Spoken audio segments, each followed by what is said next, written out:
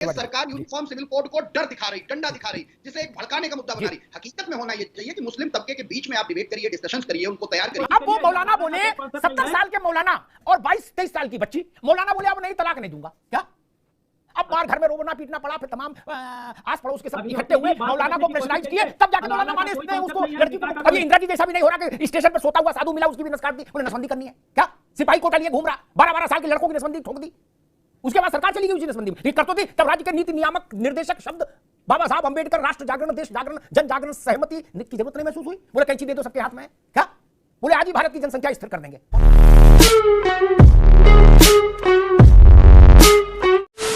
नमस्कार दोस्तों, एक वापस से नए रिएक्शन वीडियो में आप सभी का स्वागत कर रहा हूं। मेरा नाम है गौरव और आप देख रहे हो गोलू रिएक्शन टीवी। दोस्तों, आज का जो रिएक्शन वीडियो है वरिष्ठ पत्रकार अमिताभ अग्निहोत्री जी के डिबेट से है। और जैसा कि आपको पता ही है कि आप लोग जो अमिताभ अग्निहोत्री जी का डिबेट कंटेंट देखना पसंद करते हैं, इसलिए आपसे रिक्वेस्ट है कि चैनल पर पहली बार आए चैनल को सब्सक्राइब जरूर कर दिएगा।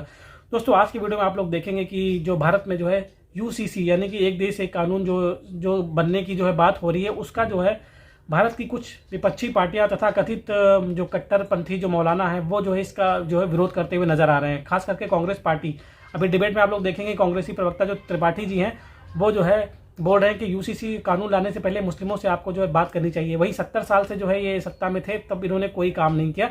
अब जो है केवल अपने वोट बैंक की राजनीति के लिए जो है इस तरह के जो है इस कानून का जो है विरोध करते हुए नजर आ रहे हैं। तो दोस्तों, डिबेट चलिए शुरू कर लेते हैं और इस वीडियो के रिएक्शन मैं इस वीडियो के लास्ट में दूंगा। तो चलिए वीडियो की ओर चलते हैं और मिलते हैं सीधे वीडियो के लास्ट में।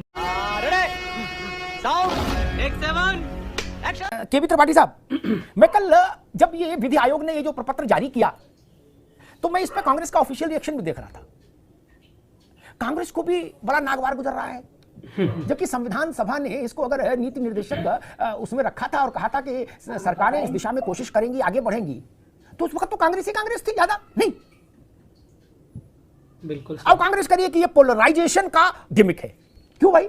ये मांग तो अनंत काल से है कि ये कानून होना चाहिए। भारतीय संविधान के भाग 4 में राज्य की नीति के निदेशक तत्वों का प्रावधान है, अनुच्छेद 36 से लेकर 51 तक। और उनके लिए यही कहा गया कि जब राज्य इस लायक हो जाएगा कि वो ये सब काम कर सके तो करेगा। जैसे शिक्षा देने का काम होगा, 2002 में राज्य को ये लगा कि अब हम शिक्षा दे सकते हैं, तो एक अनिवार्य शिक्षा का राइट टू एजुकेशन का प्रावधान हो गया। ऐसे तमाम प्रावधान होते रहे। डीपीएसपी में राज्य के नीति निदेशक तत्वों में जो चीजें दी गई हैं, उनके लिए राज्य पहले व्यवस्था बनाएगा कि देश उन्हें अपनाने की स्थिति में है या नहीं।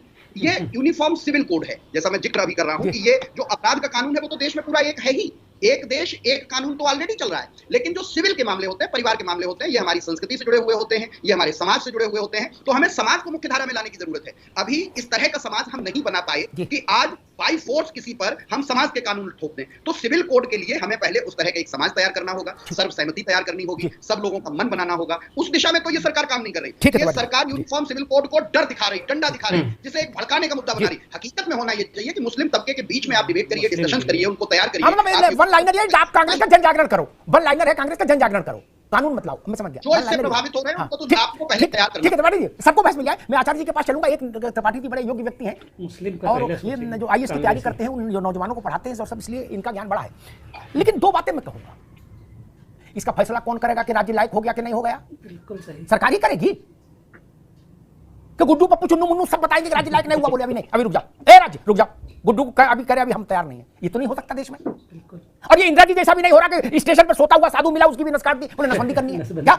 सिपाही कोटा लिए घूम रहा, 12-12 साल के लड़कों की नसबंदी ठोक दी, उसके बाद सरकार चली गई उसी नसबंदी में। कर तो थी तब राज्य के नीति नियामक निर्देशक शब्द बाबा साहब अंबेडकर, राष्ट्र जागरण, देश जागरण, जन जागरण, सहमति की जरूरत नहीं महसूस हुई। बोले कैंची दे दो सबके हाथ में, क्या? बोले आज ही भारत की जनसंख्या स्थिर कर देंगे। कौन माइकल आले? तभी कांग्रेस को नहीं समझ में आई बात। ये बात कौन तय करेगा? अभी जनसंख्या पर चर्चा हो, मान लीजिए, आचार्य जा रहा हूं, यही प्रश्न है। अभी जनसंख्या पर मान लीजिए चर्चा करें ना, तब भी मैं कांग्रेस से, मतीन खान साहब से यही सुनूंगा, इनके पक्ष से, अग्निहोत्री जी कानून की जरूरत नहीं, जन जागरण होना चाहिए। अरे 75 साल से तो जागरण नहीं कर रहे क्या? 200 साल तक जागरण करते रहे, तब तक हिंदुस्तान की आबादी हो जाए 500 करोड़। अच्छा जागरण ना भैया, अब जागरण नहीं हो सकता ना। कानून होना चाहिए, दंड का विधान होना चाहिए, ये देश चाहता है। आचार्य जी, बार बार कहा जाता है कि भाई सरकार भेदभाव करती है, क्या? रामलाल को गुजिया खिलाती है और श्यामलाल को लड्डू, सबको एक खिलाओ, चाहे गुजिया चाहे लड्डू। अब वही तो करने जा रही सरकार, करी सब एक रहो, भेदभाव का प्रश्न ही नहीं। जुम्मन भी और ननकू भी एक साथ चलो, सब कानून एक से, आनंद से रहो। आचार्य जी फिर क्या समस्या है? अमिताभ जी, सबसे पहले तो मुझे बड़ा अच्छा लगा कि इस डिबेट में बहुत दिन बाद जुड़ने का मौका मिला। स्वागत। जिस प्रकार से आप अपने सब्जेक्ट को रखते हैं, आनंद आ जाता है और वास्तविकता एक एक की सबके सामने लाके रख देते हैं। अब रही बात, अभी कांग्रेस के हमारे प्रवक्ता साहब त्रिपाठी जी बोल रहे थे कि हम अभी तैयार नहीं है। अरे भैया 75 साल हो गए, 75 साल तक तैयार नहीं हुए, कभी तैयार हो पाओगे? जिस मंशा से आप कार्य कर रहे हैं वो मंशा ही नहीं है ना, समस्या तो केवल मंशा की है। डेरिवेटिव प्रिंसिपल जब संविधान के अंदर बनाए गए, अमेरिका में जाके सब तैयार कैसे हो जाते? अमेरिका में सारे मुसलमान लोग जाकर वहां के नियमों का पालन करने में कोई दिक्कत नहीं होती, लेकिन यहाँ पर जिस प्रकार से पॉलिटिकल संरक्षण दिया जाता है, पॉलिटिकल अपने मंतव्य को ठीक करने के लिए, अपने वोट बैंक को साधने के लिए जो कार्य किया जाता है, जानते हैं आप भी, त्रिपाठी सब जानते हैं, पढ़े लिखे व्यक्ति आईएएस को पढ़ाते हैं, इनके एक एक सत्य इनके समक्ष में है। लेकिन जो राजनीतिक तुष्टिकरण, राजनीति किस प्रकार से होगी, राज्य किस प्रकार, सत्ता किस प्रकार से हथियाई जाएगी, सत्ता हथियाने के जो प्राप्त करने के लिए हथियाने के जो टूल्स हैं, ये टूल्स है वास्तविक तौर पे जो आप इस देश को किस डगर पे ले जाने का प्रयास कर रहे हो। जो आपने राजनीति खेली है इतने साल, आप 2004 तक एजुकेशन नहीं दे पाए। इस देश के अंदर सबसे पहले आपको एजुकेशन के लिए कार्य करने का प्रयास करना चाहिए। 2004 आपने खुद बोला कि 2004 में हम जाके एजुकेशन को तैयार हुए। अरे उससे पहले लगातार सत्ता आपके हाथ में थी भाई, आपने गरीबी हटाने का नाम दिया, गरीबी हट गया, गरीबी इस देश से गायब करने का आपने प्रयास किया, क्या क्या किया इस देश के अंदर। आज इस देश के अंदर पिछले 9 साल के अंदर हम कोई मोदी जी की सपोर्ट की बात नहीं कर रहे हैं, जो वास्तविकता है पूरा विश्व देख रहा है, वही आपको भी दिखाई दे रहा है, लेकिन आपके जो चश्मे आपने पहन रखे हैं वो समझ में नहीं आ रहा। अमिताभ जी, अभी मुझे पक्की उम्मीद है कि आपके लिए ऐसा डाटा लेके आए होंगे और आपको अंग्रेजी की जबरदस्त तरीके से समझाने वाले हैं, बढ़िया तरीके से डाटा के साथ समझाएंगे तो आपको समझ में आएगी। अच्छा मैं चाहूंगा कि अगर ठीक बात, मैं डॉक्टर कौशलकांत के पास चलूं, त्रिपाठी क्या, उससे पहले एक बात और, हमारे लोक जीवन में इस बात से कांग्रेस भाजपा का मसला नहीं, हिंदू मुसलमान के सबके लिए, लड़का 20 साल का हो जाए, हम कहें भाई कुछ करो, वो कहे अभी तैयार नहीं, चलो मान लेंगे, फिर 22 में पूछेंगे, फिर 24 में पूछेंगे, 24 में भी कहेगा अभी मैं तैयार नहीं, तो हम कान पकड़ कहीं बाहर निकलो, तुम जिंदगी में कभी तैयार नहीं हो पाओगे भाई साहब, इस लायक ही नहीं, बाहर जाओ, यहां पर बड़ा गुलगुला खाओगे, चलो बाहर मनरेगा में नौकरी मजदूरी करो, तब तुमको श्रम का महत्व पता लगेगा। ये वो देश है, इसलिए ऐसे अकर्मण्य सरकारों का कोई रोल नहीं हो सकता जो ये कहे हमने आपको चुन के भेजा और आप कहोगे हमारे अभी अंगड़ाई टूटी नहीं, जमाई आ रही है, बोले कब तक टूटेगी, बोले 2050 में बात करना, ये नहीं चलेगा। 5 साल के लिए चुन के भेजते, 5 साल का एजेंडा देते हैं देश, उसी पर आपको अमल करना चाहिए, कोई सरकार नहीं, प्रधानमंत्री मोदी हो और चाहे प्रधानमंत्री इंदिरा गांधी ने बैंकों का राष्ट्रीयकरण किया, कोई राजकुमारी की थी नहीं, एक रात को मनाया कर दिया, सुबह सबको पता लगा, तब तो सोशल मीडिया भी नहीं था, त्रिपाठी को तो पता ही है किस्सा, ठीक। इमरजेंसी लगाई, फखरुद्दीन अली अहमद तक से नहीं पूछा, उनसे जबरिया दस्तखत कराने भेज दिया, बोले दस्तखत करो, वो सो रहे थे, बोला पानी मारो आंखों पे और तुरंत दस्तखत करो राष्ट्रपति। क्या राजकुमारी की थी? नहीं। नसबंदी का कार्यक्रम चलाया, राजकुमारी की थी कि नसबंदी करें कि नहीं करें, देश तैयार है कि नहीं? नहीं। तो सरकार ही तय करेगी, संसद ही तय करेगी, इस सत्य को स्वीकार करिए। मतीन साहब, आपने कहा कि भाई मुसलमान का जो मसला है और माइनॉरिटीज का जो मसला है, इसलिए ये चीज नहीं थोपी जा सकती।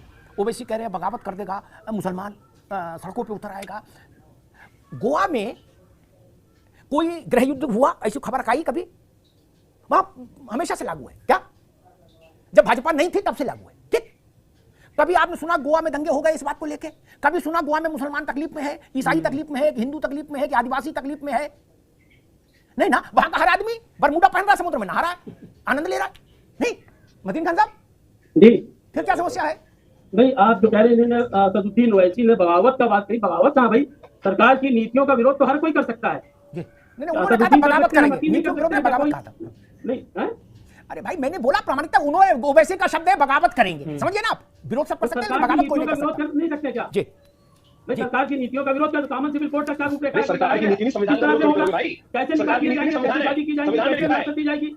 ये भी तो सरकार की नीति नहीं है, पहले खाली कोई चीज है, संविधान के अंदर इस बात को लिखा गया है कि मुल्क के अंदर जो मुसलमान रहते हैं, जो उनका जो 1937 मतीन साहब एक बात बताओ, यूनाइटेड किंगडम में, संयुक्त राष्ट्र अमेरिका में जो मुसलमान रहते हैं वो 5 शादी कर रहे हैं। हाँ, अब ये बताइए वो 5 शादी कर रहे हैं क्या?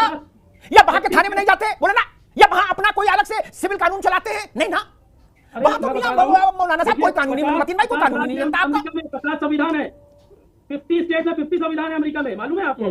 मैंने आपसे जो सब प्रश्न पूछा वो बताइए, वहां 5 शादी करके आप शरीयत के हिसाब से प्रॉपर्टी में कानून लागू करा सकते हैं? 50 संविधान है, 50 राज्य है। आप बात नहीं समझे। लंदन में, ब्रिटेन में आप अपनी शरीयत के हिसाब से सिविल कानून लागू करा सकते हो? हाँ या नाम उत्तर दो, हम अभी यहाँ पे कोई एक रूपरेखा होगी नहीं होगी? कॉमन सिविल कोड का कोई आज तक के कोई प्रारूप दिया गया? किस बिहार पर मांगा जा रहा है common civil code? Common civil code, ठीक है, आपका अध्ययन है, ठीक है। मतलब दिक्कत ये है, एक मिनट आचार्य जी के पास चलूंगा। दिक्कत ये है, हम लोगों ने ये मान लिया कि अंबेडकर, वल्लभ भाई पटेल, नेहरू जी, राजेंद्र बाबू, यही लोग बस पढ़ने लिखने के लिए थे, पढ़ने के लिए, हम क्या पढ़ के करेंगे? क्या ABCD नहीं पता, दाएं बाएं कुछ नहीं पता, और जब से टीवी डिबेट का काम शुरू हो गया तब से तो फिर हर आदमी बोली रहा है धारा पर, कोई रुकी थोड़ा, ABCD नहीं पता। मतीन भाई ने कहा कि भाई किस बात पर आप प्रस्ताव दें? 2018 में नोटिफिकेशन पड़ा है, उसमें पूरा पत्र, पूरा प्रस्ताव पड़ा हुआ है भाई, बिल्कुल जाके पढ़ोगे तब ना समझ पाओगे। अब उसके लिए ऐसा तो नहीं होगा कि बरेली में अलग से पर्चा छप के आएगा, गजब करते हो यार, पढ़ो पढ़ो पढ़ो, सब ये उपलब्ध है वहां, क्यों नहीं पढ़ते हो? यही मेरी नाराजगी है। रूपरेखा ले रखी है कि क्या है नहीं है। नहीं, आप समझे नहीं बात डॉक्टर साहब, आप पढ़े नहीं। आपने सोचा मुस्लिम लीग की अध्यक्षी करने में पढ़ने का क्या काम, चलने दो, ये काम ठीक नहीं, पढ़ो। आचार्य जी, जब इस देश को आजादी के टाइम पर जिसको सरकारी दामाद बना के इस देश में रखा गया हो, समस्या वहीं से उत्पन्न हो गई। आपने जबरदस्ती हम लोगों को, जबरदस्ती दामाद को बनाकर किसी व्यक्ति को, किसी एक जाति को, एक व्यवस्था को दामाद बना के इस देश में रख लिया गया और उसको उनको लगातार सिर पर चला के रखा गया, हर चीज में प्रायोरिटी। अब बताइए, इस देश का प्रधानमंत्री यदि ये कहे कि इस देश के संसाधनों पर पहला मुसलमानों का है, तो सोचें। आप एक बार बताइए कि इस देश के संविधान के अंदर आर्टिकल 14 कहता है कि right to equality before law के हर एक की बराबर है, और उसके बाद भी यहाँ पर गवाही, अभी आपने जो बात बोली कि 2 औरतों की गवाही एक आदमी के बराबर, क्या मजाक बना रखा है? कैसी स्थिति बना रखी है? एक व्यक्ति रेप करता है तो उसको कौन सा धारा लगती है? हलाला करोगे तो कोई धारा नहीं है। ये सिविल मैटर कहां से आया है भाई? ये हलाला, और जो अगर हलाला वर्सेस रेप को हम डिस्कस करें, ये ऐसे टॉपिक्स पे डिस्कस होना चाहिए, लेकिन कोई डिस्कस करना नहीं। मुसलमानों को टारगेट करने की बैठी है। देखा साहब, मैंने जाके देखा थानों के अंदर इस बात समझने का प्रयास किया। सरकारी पुलिस जो राज्य भारत की पुलिस मुसलमानों पर औरतें बेचारी पहुंचती हैं, मुसलमानों की औरतें पहुंचती हैं, लेकिन वो जिस प्रताड़ना को वहां की औरतें सहती हैं हमारे लाइन में, आज आवश्यकता मुसलमानों की करने आप हलाला का ऐसा नहीं है कि कहीं कोई हलाला नहीं होता, लड़कियों को होती है, मुसलमान लड़कियों को होती नहीं है। किस्सा याद आ गया, मतीन भाई ने पूछा कहाँ हो रहा है। पश्चिमी उत्तर प्रदेश का किस्सा छपा त्रिपाठी जी, आप तो अखबार ध्यान से पढ़ते हो। उसमें लिखा कि एक आदमी ने अपनी बीवी का हलाला कराया मौलाना से। मौलाना थे बुजुर्ग और लड़की थी कम उम्र की, ठीक। और ये तय हुआ कि भाई 3 दिन में आप निकाह कैंसिल कर दोगे हलाला के बाद, और फिर हम इसको ले जाएंगे, फिर दोबारा शादी हो जाएगी, वो व्यवस्था में आ जाएगी चीजें। मौलाना साहब का मन डोल गया, उनने कहा मैं तलाक नहीं दूंगा। लो कर लो बात। आप समझ रहे हैं कितनी गंभीर बात है? ये पार्लियामेंट और सबसे बड़ी बात चिंतक है। बेसिक बात समझने की कोशिश। अब वो मौलाना बोले, 70 साल के मौलाना और 22-23 साल की बच्ची, मौलाना बोले अब नहीं तलाक नहीं दूंगा। क्या? अब बाहर घर में रोना पीटना पड़ा, फिर तमाम आस पड़ोस के सब इकट्ठे हुए, मौलाना को प्रेशराइज किए, तब जाके मौलाना माने उसको लड़की को मुक्त करने के लिए। निकाह की बात कर रहे हैं, आप बताओ ऐसे में कैसे काम चलेगा? करने की कोशिश कर रहे और आप ही सब लोग कहते हो मोदी की सरकार, आप सब लोग कहते हो मोदी की सरकार भेदभाव बहुत करती है। अब की उन्होंने कहा सारे घर के बराबर कर देंगे, फिर भी आपको तकलीफ है। खत्म, bye bye, tata, goodbye, गया। तो दोस्तों, वीडियो समाप्त हो चुका है, और अगर आप लोगों ने यहाँ तक वीडियो देख लिया तो आपसे रिक्वेस्ट है कि चैनल को सब्सक्राइब जरूर कर लें, और साथ ही साथ बेल वाले आइकन को प्रेस करके ऑल पे क्लिक कर लीजिए, जिससे आपको हमारी जो वीडियो की नोटिफिकेशन जो है आपको मिलती रहे। दोस्तों, वीडियो की बात कर लेते हैं, और वीडियो में आप लोगों ने देखा किस तरह से अमिताभ अग्निहोत्री जी ने जो है इस तरह की जो राजनीति कर रहे हैं, जो तुष्टीकरण की राजनीति करने वाले लोगों को एक्सपोज किया है।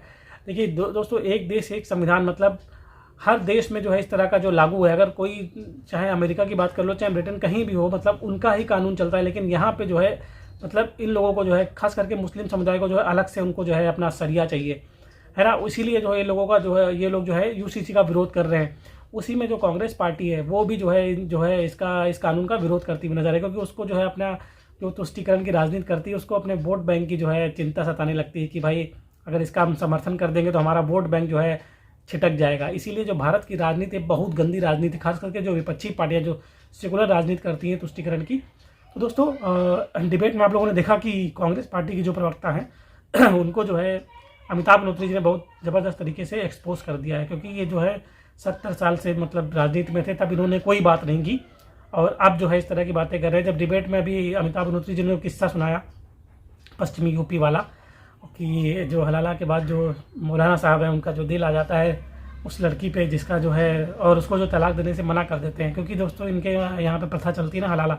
तो इन लोगों मौलाना लोगों को यही डर है कि मतलब अगर यूसीसी आ जाएगा तो ये सारी चीज़ें बंद हो जाएंगी, इस वजह से भी ये लोग जो है इसका जो है विरोध कर रहे हैं। तो दोस्तों, अमिताभ अग्निहोत्री से जुड़ा हुआ डिबेट कंटेंट आपको हमारे चैनल पर देखने को मिलता रहेगा, तो आप लोगों से रिक्वेस्ट है कि चैनल को सब्सक्राइब करें और वीडियो को ज़्यादा से ज़्यादा शेयर कर दें। चलिए मिलते हैं आपको किसी और वीडियो में, तब तक के लिए जय श्री राम।